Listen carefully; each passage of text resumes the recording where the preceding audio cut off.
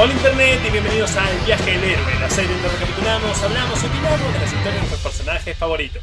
Soy Julián Groba Bilbao. Y yo Ezequiel Capelo Lalia. Y espero que ayer hayan tenido una buena Navidad aquellos que la celebren, porque propiamente tendremos un cómic ubicado en la Navidad del All-Star Squadron, como si lo hubiéramos planeado. Como siempre, esta serie sigue a los héroes de DC de la Tierra 2 durante la Segunda Guerra Mundial. En estos 3 números veremos a los héroes haciendo de guardias para una figura prominente de la época. Y esta etapa que nos propone Joe Kubert, además de mantener esta temática en donde aparece gran parte del grupo, también hace una conexión bastante particular entre el título de la nota del diario y la respuesta que da Liberty Bell a la misma. Escrito por Roy Thomas, lápices de Adrián González, tinta de Jerry Ordway, colores de Carl Gafford y letra de John Constanza, el cómic empieza con la noticia de la disolución de la JSA para listarse al servicio bajo sus nombres reales, finalmente llegando al público. Y en esta primera página hay varias cosas para prestar atención. En primer lugar tenemos el título y los créditos. El título debería venir con un capítulo 1 arriba, pero por alguna razón no está. Después nos vamos a dar cuenta que evidentemente acá empieza ese capítulo. Y los créditos están puestos en la nota. Esa nota del diario también es la misma que vimos en la tapa. Y si prestan atención, se puede leer completa.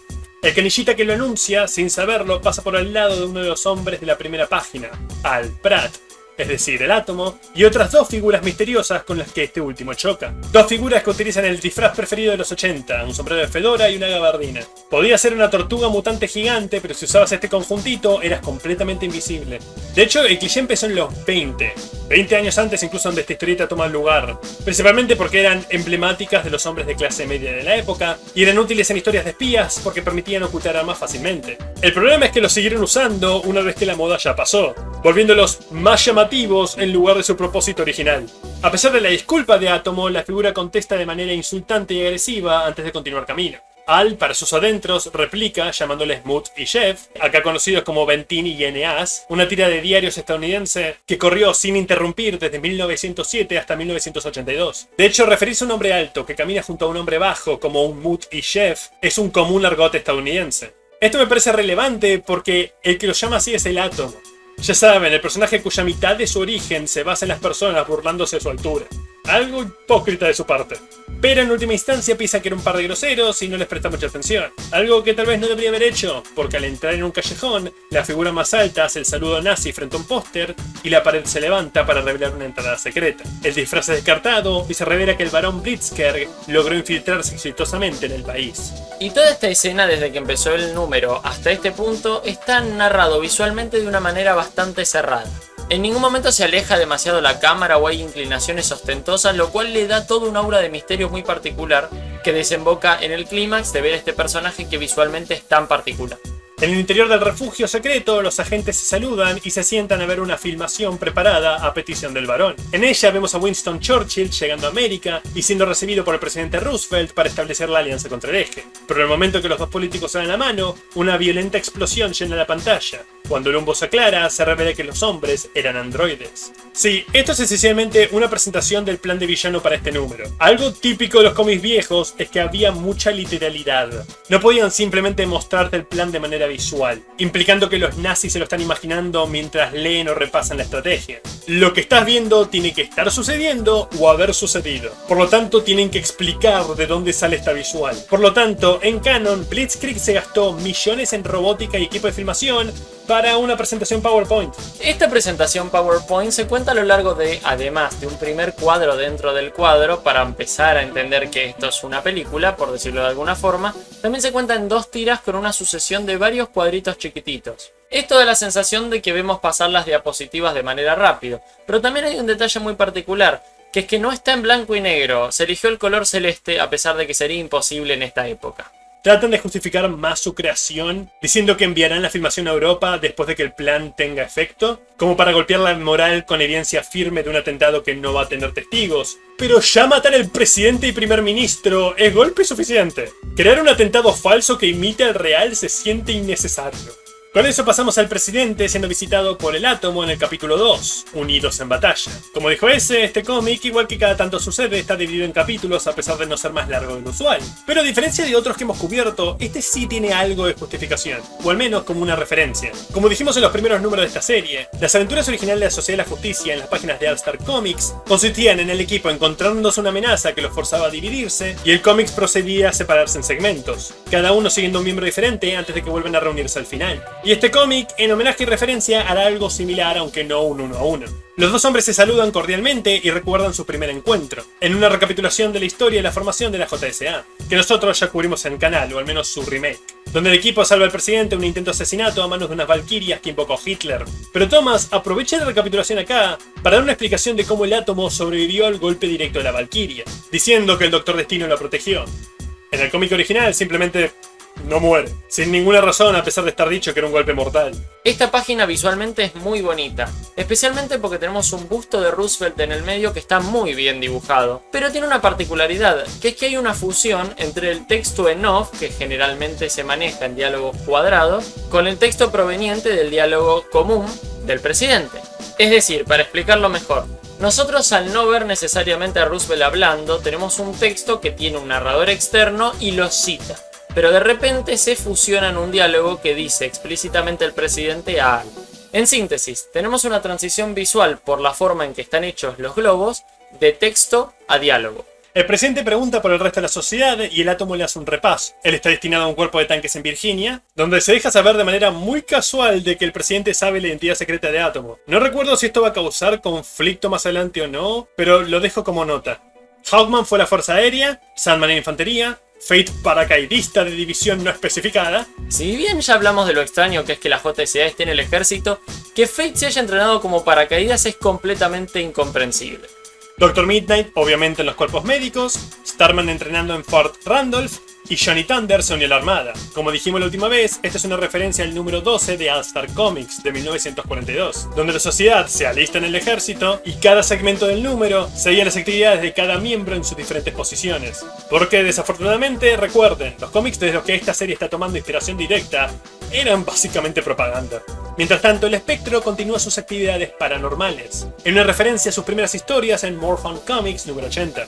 Además de toda esta bonita composición, en donde monta imágenes de todos los personajes, hay una técnica muy particular en cómo decide ilustrar a Midnight.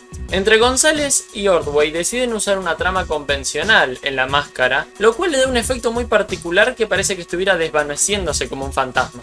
Le pregunta de los no miembros de la sociedad, aquellos que ahora forman el All Star Squadron, y Al les dice que no los conoce tan bien y no tiene contacto, por lo tanto no sabe dónde están. Resulta que la respuesta es la habitación de al lado, a excepción de Plastic Man, que está practicando para una misión especial para el FBI. Los héroes se saludan, Hawker dice que está esencialmente funcionando como contacto entre el All Star Squadron y la sociedad, a pesar de que oficialmente no forma parte de ninguno de los dos equipos, y Danette le confirma al átomo su seguridad en la elección de su nueva carrera como superheroína. La charla continúa, Johnny felicita a Liberty Bell por una columna sobre el aumento en histeria contra los descendientes de japoneses, probando una vez más que estos son pésimos en guardar identidades secretas. De nuevo, lo hacen para que el lector le entre en la cabeza todos estos nombres. Es un cast numeroso y cada personaje tiene dos identidades que uno tiene que recordar, pero tiene que haber una manera menos incómoda de hacerlo. Además podría ser un poco más constante, como por ejemplo siempre confundiéndose y diciéndose la identidad secreta y que se corrijan con el nombre de superhéroe. En este caso es un poco más complejo, ya que ella básicamente tuvo que no hacerse cargo de su propia identidad. Es decir, básicamente le hizo el famoso "mi buen amigo Clark Kent lo escribió, pero muchas gracias". Y finalmente se ponen a conversar de por qué fueron llamados acá. Churchill dejó Londres el 12 de diciembre y se dirige a América, que en estos momentos espera su llegada. Un funcionario de tal puesto seguramente hará salir a los agentes del eje a intentar una jugada, así que los héroes deberán funcionar como seguridad adicional. Con eso pasamos al capítulo 3, Divididos permaneceremos. Como dije, la división en capítulos sigue cierta similitud con las historias clásicas de la sociedad. En solo que en lugar de cada capítulo tener un miembro diferente, acá nos enfocamos en grupos diferentes. En el anterior era el átomo, en este es más centrado en Hawker y Robotman, y el siguiente en Johnny Quick y Liberty Bell. La diferencia con aquellas es que el equipo se mantiene reunido todo el tiempo. Es la mañana del 22 de diciembre. Shining Knight, Liberty Bell y Hawkeye vigilan las aguas alrededor del muelle Norfolk, con la armadura mágica del caballero y el metal especial de Hawkeye protegiendo a sus usuarios del frío, aunque Libby no tiene tanta suerte. Aunque suene raro, ese de hecho era un poder del cinturón de Hawkeye previo a este número. Pero, siendo justos, las propiedades del metal NTH varían fuertemente de escritor en escritor. Originalmente solo otorgaban la habilidad de volar, que luego se extendió a un leve control de la gravedad, y ahora control de la temperatura, al parecer. Las carreteras cercanas a la ciudad son patrulladas por Firebrand en auto y Johnny Quick a pie, mientras conversan de un regalo de Navidad que Johnny le compró a Liberty Bell. Y los muelles de la estación naval son custodiados por Robotman y Atom. Todo parece tranquilo hasta que el navío que trae a los invitados ingleses se aparece en el horizonte. Solo para que quede claro, esto es un hecho histórico real. Winston Churchill llega a Estados Unidos en esta fecha al bordo del HMS Duke of York. Pero realmente fue, y acá se ilustra como, un acorazado, a pesar de que constantemente en la historia es nombrado como un destructor. Supongo que Adrián González utilizó fotos del evento para el dibujo, pero Roy Thomas no hubo documentación tan específica para el guión, haciendo esta disonancia. El barco de Churchill se acerca a los muelles, pero de algún lugar de las aguas del puerto, un torpedo golpea al acorazado. Robotman y Atom saltan a bordo, recibiendo algunos disparos de armas pequeñas, hasta que un oficial reconoce a los hombres misteriosos estadounidenses y hace que sus oficiales detengan el fuego. Una vez todos calmados, Crane se asoma por la barandilla y usa sus ojos especiales para buscar la posición del submarino enemigo que atacó el barco. Mientras tanto, en el mar, Hawkeye y compañía han encontrado un segundo submarino, equipado con un extraño aparato que parece estar creando la densa niebla que ahora cubre toda el área. O al menos eso nos dicen. Realmente el dibujo no refleja esta neblina en ningún momento, que supongo es la responsable de que el ataque haya pasado tan desapercibido. Antes de que puedan destruirlo, recibe un llamado de Robotman que necesita su ayuda en tierra, puesto que el primer submarino está escapando. Rápidamente, equipado con un trozo de cable de acero, Liberty Bell se sumerge y nada tras el vehículo en las muy frías aguas del Océano Atlántico, porque Liberty Bell es una bestia. Recuerden que aunque tiene habilidades físicas aumentadas de manera temporal, es solo fuerza y agilidad. Sigue siendo una humana en todos otros aspectos. Logra enrollar el cable alrededor de su casco, pero gasta toda su energía suprarrenal, causando que empiece a sucumbir a la hipotermia, por lo que Hawkeye la lleva con Johnny Quick para trasladarla rápidamente a un hospital. Robotman toma el otro extremo del cable de acero y logra arrastrar la nave enemiga hasta la orilla. Lo habíamos mencionado antes, pero siempre sorprende que es Robotman entre todos los personajes el que recibe los momentos más épicos, o al menos los más entretenidos visualmente. Mientras, bajo la cubierta del barco británico, el barón Blitzkrieg y su Churchill robot lograron abordar y llegar a la habitación del primer ministro. No queda claro cómo. Esta escena es muy caótica. A pesar de toda la constante narración, me tomó un tiempo darme cuenta de que había dos submarinos. Uno dispersando la niebla y otro que lanzó el torpedo. Uno se escapa, el otro es atrapado, y de alguna forma entre todo esto hay un abordaje bajo las narices de todos. Algunos hombres de la armada instalan un cablestante hidráulico para apoyar a Robotman en sostener el vehículo nazi, mientras una compañía de fusileros toma posiciones de tiro a los costados en espera de que la tripulación salga por las escotillas. Y si hay algo que se luce en el dibujo a lo largo de todas estas escenas, es este plano general del submarino que es realmente espectacular. Bueno, eso y lo bien dibujada y entintada que está el agua a lo largo de toda la escena.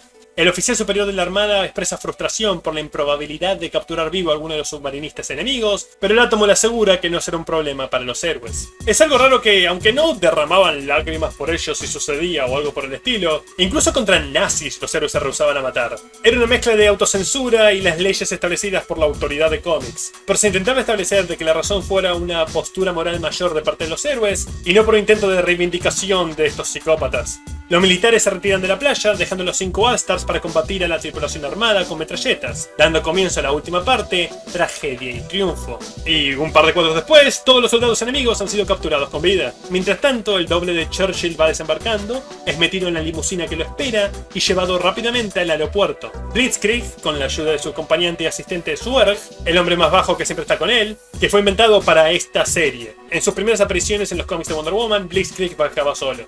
Escapa sin ser detectado, con el verdadero Churchill amordazado. Esa noche, en el aeropuerto de Washington DC, se revela que Liberty Bell convenció a Johnny Quick de que no la lleve al hospital, y con un poco de secado a alta velocidad, se recupera lo suficiente como para hacer el viaje de Norfolk a acá para seguir su deber de guardaespaldas. Observan como Churchill desembarca de su avión, ignorándolos completamente para sus sospechas, y se acerca a un auto donde lo espera Roosevelt. Liberty Bell y Johnny Quick van a interferir, notando algo raro, pero no reaccionan a tiempo. Los dos políticos se dan la mano, y tal y como sucedió en el video del varón, el falso Churchill detona. Pero resulta que el presidente estadounidense también era falso. La misión que Plastic Man estaba preparándose era de hacer de señuelo. Es establecido desde antes que Plastic Man puede cambiar de forma a este nivel, incluso alterando sus cuerdas vocales. Pero no deja de ser gracioso que, de no ser por este plan del varón, Plastic Man hubiera sido el que recibiera a Churchill en el universo DC, en lugar del presidente en este evento histórico real. De vuelta en Norfolk, Robotman ha estado explorando los alrededores y nota al varón Blitzkrieg en un auto descapotable abandonando la base de manera repentina. Si tan solo se hubiera puesto su fedora y gabardina. El héroe persigue y atrapa el auto, levantando la parte trasera del suelo, pero no está preparado para la velocidad y fuerza sobrehumana del varón. Afortunadamente, Firebrand y Átomo entran en la escena, pero realmente ninguno de los dos es rival para el enemigo, que se deshace de ellos sin mucho drama. De nuevo, el varón peleaba con Wonder Woman. Tiene sentido que solo Robotman, quien acaba de levantar un submarino del agua, sea el único que pueda más o menos hacerle frente en un combate cuerpo a cuerpo. El nazi toma su rehén e intenta irse volando, pero es interceptado por Shining Knight y Hawker. Rodeado de 5 héroes, no le queda opción más que rápidamente lanzar a Churchill para distraer a Hawker y un rayo de energía al caballo del jinete volador para derribarlo, apartándolo del camino y poder completar una retirada. Sí, Blitzkrieg es esencialmente un Superman nazi. Aunque nunca hace demostraciones de fuerza al nivel de los mayores logros de Superman, con la indumentaria y la combinación específica de poderes, es demasiado similar como para que sea coincidencia. Durante esta escena se destacan que al lanzar los rayos y pegarle a la pobre Victoria alada, González decide diagramar este evento en 3 cuadros que hacen una especie de expansión, para después irse muy épicamente con una sombra por estar delante de la luna. Confirmado el fallo del plan nazi, la verdadera reunión puede darse. Y 2 días después, la tarde del 24 de diciembre de 1941, en la ceremonia del encendido del árbol de Navidad de la Casa Blanca, Churchill pronuncia su discurso. Este también es un hecho real. Es más, el primer cuadro de la última página me parece que utiliza una foto real como referencia, simplemente agregando a los superhéroes en ella. Aunque no encontré si la audiencia realmente le deseó feliz Navidad a gritos, solo para agregar algo de realidad en la romantización de estos eventos, aunque es cierto que los invitados más ilustres se alojaban en la Casa Blanca, al parecer Churchill incomodó a tanta gente, incluida la primera dama, que el gobierno tuvo que adquirir un inmueble llamado Blair House, donde los huéspedes se quedan a partir de desde entonces hasta el día de hoy. Con eso, termina el número. El plan de Robot Churchill explosivo es divertido al más alocado estilo de la Edad de Plata. Es un número muy disfrutable donde verdaderamente la Star Squadron toma frente mientras la Sociedad de la Justicia se queda atrás, pero no mentiré diciendo que me hubiera gustado un aire más navideño constante. Dado que realmente solo está ubicado acá, porque era la época donde Churchill visitó América, no porque sea parte de una temática. El dibujo es hermoso y muy dedicado en los detalles, además de que los personajes reales están excelentemente bien dibujados. Es evidente que a pesar del detalle que mencionó Julián, el trabajo de referencias es excelente. A excepción de algunas páginas, la diagramación es sencilla. Bueno, de algunas páginas y de los infaltables cuadros circulares que ya dejó Buckler como estilo de esta historia. Pero además se le puede agregar un detalle del color, que es que todas las sombras están coloreadas de azul, lo que le da un clima muy particular. Y la página destacada de este número va a ser la número 20, que es también el inicio del capítulo 4, y es principalmente porque es una hermosa ilustración. Hay acción grupal, hay espectacularidad, y hay muchos nazis siendo golpeados mientras bajan de ese excelente submarino. Eso es todo por hoy, nos veremos el jueves para el último capítulo del año, donde no solo continuaremos la visita del primer ministro en el Star Squadron, sino que veremos el final de una serie cancelada 4 años antes, con el número 8, La tarde de los asesinos, donde daremos nuestro siguiente paso en el viaje del héroe. Hasta entonces. ¡Hey! Si te quedaste hasta el final, probablemente te haya gustado nuestro contenido o realmente lo odiaste. En cualquier caso, por favor considera suscribirte o al menos darle un me gusta. Esos 2 clics ayudan más de lo que pueden imaginar. Si les gustó la historia, por favor consideren comprarla y apoyar el noveno arte que nos dio tantos maravillosos personajes. A su izquierda hay una lista de reproducción con más capítulos de este personaje y a su derecha de uno diferente. Por favor consideren entrar en esa madriguera con nosotros y vuélvanse expertos en las historias que amamos. Hasta la próxima.